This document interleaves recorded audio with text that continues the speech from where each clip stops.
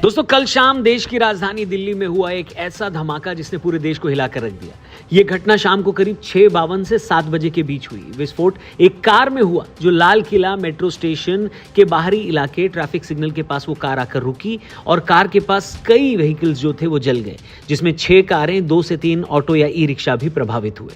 इस वीडियो को रिकॉर्ड करने तक कम से कम 8 लोगों की मौत हुई है। लगभग 20 से 24 लोग घायल बताए जा रहे हैं। नेशनल इन्वेस्टिगेशन एजेंसी यानी NIA, national security guard NSG और स्थानीय पुलिस के फॉरेंसिक विभाग को मौके पर भेजा गया। कार के मालिक को गिरफ्तार किया गया है, जो कि हरियाणा नंबर की कार i20 कार बताई जा रही है। ओनर का नाम सलमान है। उसने कहा कि ये गाड़ी उसने आगे किसी को बेच दी थी और अब जिसको बेची थी उसका कनेक्शन कश्मीर से जुड़ा हुआ भी आ रहा है।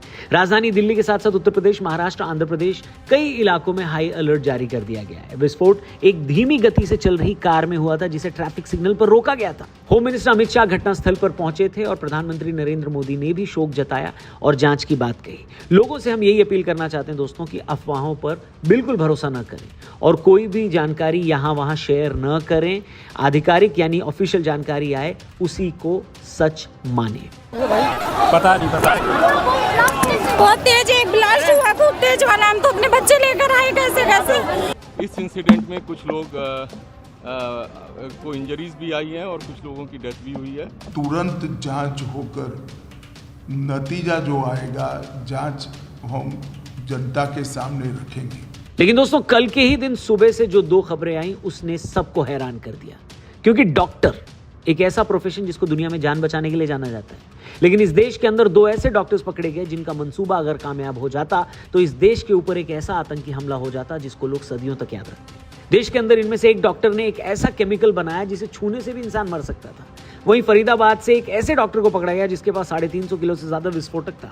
इसके अलावा टोटल 2900 किलोग्राम एक्सप्लोजिव मिलने की भी बात सामने आई है। सोचिए, जिस जगह से ये एक्सप्लोजिव बरामद किए गए वहां से प्राइम मिनिस्टर का घर, राष्ट्रपति भवन और देश की संसद मात्र 30 से 35 किलोमीटर की दूरी पर थी। और ये सब दिन भर चल ही रहा था कि शाम तक दिल्ली में ब्लास्ट की भी खबर आ गई।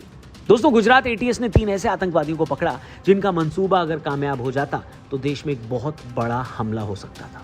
यह हमला न सिर्फ लाखों लोगों की जान लेता बल्कि कितने ही परिवारों को बर्बाद कर देता। गुजरात ATS ने जिन 3 आतंकियों को हाल ही में पकड़ा है वो देश भर में बड़े आतंकवादी हमले की साजिश रच रहे थे और उनके पास हथियार, जिंदा कारतूस और खतरनाक घातक केमिकल मैटर्स मिलने की भी पुष्टि हुई है। इन 3 आतंकियों का मकसद देश के अलग अलग हिस्सों जैसे दिल्ली, लखनऊ, अहमदाबाद सहित बाकी हिस्सों में बड़े आतंकी हमले करना था। ATS को इनके पास से कई पिस्टल, 30 जिंदा कारतूस और राइसिन जहर बनाने के लिए इस्तेमाल होने वाला लगभग 4 लीटर कैस्टर ऑयल मिला। ये बोला जा रहा है कि ये लोग पाकिस्तान और अफगानिस्तान के हैंडलर्स के संपर्क में थे। अहमदाबाद, दिल्ली और लखनऊ के सेंसिटिव इलाकों में इन्होंने रेकी करके खुफिया जानकारी और फोटो खींचकर रखी थी। जांच में पता चला है कि इनका मुख्य मकसद राइसिन जैसा विषैला पदार्थ जिसकी मदद से एक केमिकल आतंकी हमला करने का था।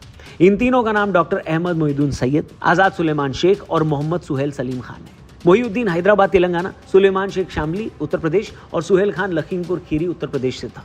जो अलग अलग टीमें बनाई गई थी उनमें से इस आरोपी को अदालत के पास जो टोल नाका है इस पे वॉच रखी गई, क्योंकि इसका मूवमेंट उस साइड में आ रहा था। वॉच के आधार पे एक आंध्र प्रदेश नंबर की एक गाड़ी वहां से गुजरती हुई मिली, उसको रोका गया, चेक किया गया तो इसमें जो इन्फॉर्मेशन वाला आदमी है सैयद अहमद मोहिउद्दीन, ये हमें मिल गया। सोर्सेज बता रहे हैं कि इन तीनों को अलग अलग काम सौंपे गए थे। मोहिउद्दीन पेशे से एक डॉक्टर था जो चीन से MBBS पास आउट था, वहीं राइसिन बनाने की कोशिश कर रहा था। साथ ही 20 साल का सुलेमान शेख हथियारों की सप्लाई और रेकी में शामिल था। वहीं 23 वर्ष का सुहेल खान हथियारों का इंतजाम और आतंकी गतिविधियों में हिस्सा लेने वाला था। मोहिउद्दीन सैयद इस साजिश का प्राइम सस्पेक्ट है जिसने राइसिन जैसे खतरनाक केमिकल की जानकारी रखने के चलते यह हमला करने की कोशिश की थी। इनमें से 2 लोग पाकिस्तान से हथियार मंगाकर गुजरात पहुंचे और महत्वपूर्ण जगहों की रेकी की। जांच में पता चला है कि इनका मार्गदर्शन अफगानिस्तान के अबू खदीजा नामक हैंडलर के जरिए हो रहा था, जो इस्लामिक स्टेट खोरासन प्रोविंस यानी ISKP से जुड़ा है। अब बड़ी संख्या में हथियार, कारतूस और केमिकल मैटर का मिलना इस बात का संकेत है कि ये लोग लार्ज स्केल आतंकवादी हमले या बायोलॉजिकल टेरर अटैक की योजना में थे। ये लोग देश के भीड़-भाड़ वाले शहरों में हमला करने के इरादे से हथियारों की सप्लाई और रेकी कर चुके थे। उनके पास से मिले केमिकल से यह भी क्लियर था कि वो ट्रेडिशनल और ऑर्गेनिक दोनों स्तर पर आतंकी हमलों की तैयारी में थे। जांच की गहराई में जाने से पता चला है कि पुलिस और ATS ने लगभग 1 साल तक इन संदिग्ध मॉड्यूल्स पर नजर रखी थी। तीनों आतंकवादी लगातार हथियारों का सप्लाई नेटवर्क स्टैब्लिश कर रहे थे। जिनकी जानकारी उनके मोबाइल फोन और मैसेजेस से मिली। आतंकवादियों ने अहमदाबाद, दिल्ली, लखनऊ समेत रिलीजियस और पॉलिटिकल सेंसिटिव जगहों की रेकी की थी। इससे पता चला कि हमला देश भर के बेहद ही जरूरी और सेंसिटिव इलाकों पर करने की इनकी प्लानिंग थी। हथियार पाकिस्तान से मंगाए जा रहे थे और राजस्थान के हनुमानगढ़ से सप्लाई किए जा रहे थे। इसके अलावा यह भी पता चला कि आतंकियों के नेटवर्क में कई रीजनल और विदेशी हेल्पर्स भी जुड़े हुए हैं, जिनकी अब जांच जारी है। सोचिए, ये लोग अगर अपने मंसूबों में कामयाब हो जाते तो क्या होता। जिस राइसिन जैसे पावरफुल ऑर्गेनिक जहर का इस्तेमाल प्रयोग करके ये सार्वजनिक या धार्मिक स्थल पर हमला करने की तैयारी में थे, वहां कई सौ या हजारों लोगों की जानें जा सकती थी। ये एक लार्ज स्केल मास कैजुअलिटी टेरर अटैक होता। जानकारों का कहना है कि इनका निशाना किसी मंदिर या ऐसे इलाके में था जहां ज्यादा से ज्यादा भीड़ हो और नुकसान उतना ही ज्यादा हो। तो दोस्तों, एक तरफ जहां ये खुलासा हो रहा था, वहीं फरीदाबाद में भी एक ऐसा केस सामने आया जिसने सबके होश उड़ा दिए। Meanwhile, India's security forces busted a terror cell today. They seized nearly 3 tons of explosive material, which is enough to wipe out entire neighborhood blocks. Recoveries in Delhi terror bust. A Chinese pistol with a magazine has been retrieved.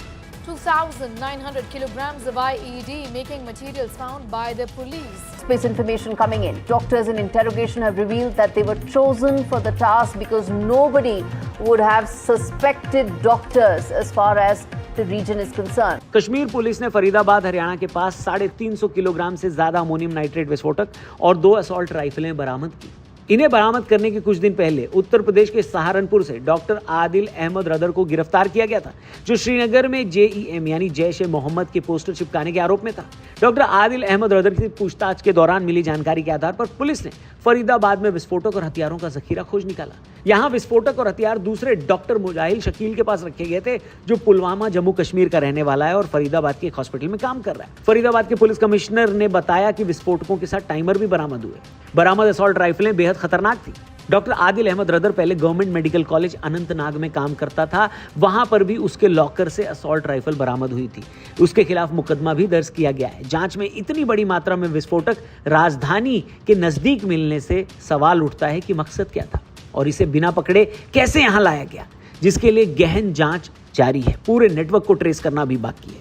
क्या इन पकड़े गए लोगों का connection Delhi blast से है, ये जांच में जल्दी पता लगेगा। पर दोस्तों, यहां एक बड़ा सवाल उठता है कि लोग कहते हैं कि एजुकेशन ही लोगों को रेडिकल होने से बचा सकता है, पर यहां तो पकड़े गए ये दोनों ही डॉक्टर्स हैं, पढ़े लिखे हैं, सोसाइटी के फॉर्मूले के हिसाब से समझदार भी हैं। तो इस तरह की आतंकी सोच की क्या वजह है? ये घटना हमें सोचने पर मजबूर करती है कि सिर्फ एजुकेशन ही इंसान को अच्छा नहीं बना सकती।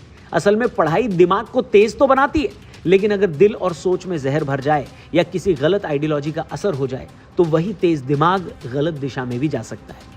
वो सही गलत की समझ खो देता है। ऐसे में पढ़ा लिखा होना भी बेकार हो जाता है। ये वही जहर है जो धीरे धीरे इंसान की सोच को खा जाता है, इंसान को इतना अंधा बना देता है कि उसे अपने काम, अपने देश या अपनी इंसानियत की कोई परवाह नहीं रहती। वो सिर्फ लोगों को इतने बड़े पैमाने पर मारने का ख्याल सिर्फ अपने मन में नहीं लाता, बल्कि उसकी प्लानिंग, एग्जीक्यूशन सब कुछ कर भी देता है। ये कैसी सोच है दोस्तों?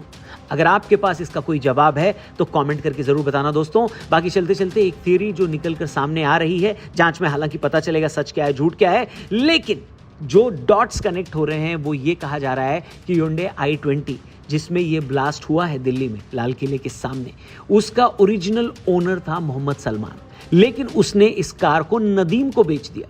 बाद में नदीम ने भी ये कार एक डीलर को बेच दी जो फरीदाबाद का था, और एंड में इस कार को खरीदा तारिक ने। तारिक जो फरीदाबाद में तो रहता था लेकिन ओरिजिनली पुलवामा का था। सोचिए, डॉक्टर मुजम्मिल शकील जिसके यहाँ से लगभग 3000 किलो की आईडी मेकिंग मटेरियल सीज की गई, यानी वो विस्फोटक बरामद किया गया, वो भी फरीदाबाद में रहता था, लेकिन वो भी ओरिजिनली पुलवामा यानी कश्मीर का था। यानी ये आपस में सारी चीजें जुड़ती हुई दिखाई तो दे रही हैं। हालांकि जांच एजेंसियां जब जांच करेंगी तो सही तार कहां से किससे जुड़ रहा है वो हमें जरूर बताएंगी, लेकिन लगता ये है कि तारिक पैनिक कर गया क्योंकि डॉक्टर मुजम्मिल पकड़ा गया और इसीलिए जल्दबाजी में लाल किले के सामने ये हमला किया गया। तो ये एक चीज़ है, ये डॉट्स हैं जो लोग कनेक्ट करने की कोशिश कर रहे हैं। पर हम आपसे रिक्वेस्ट करना चाहते हैं कि प्लीज़ अपनी आंख, नाक, कान खुले रखें। अगल बगल में किसी पे भी आपको डाउट है, प्लीज़ पुलिस को इन्फॉर्म करें। कोई भी चीज़, कोई भी अफवाह फैलाएं मत, कोई भी ऐसी इन्फॉर्मेशन सोशल मीडिया पे शेयर न करें जिससे जांच में बाधा हो। अपना और अपनी फैमिली का ख्याल रखें। जल्दी मिलते हैं। जय हिंद।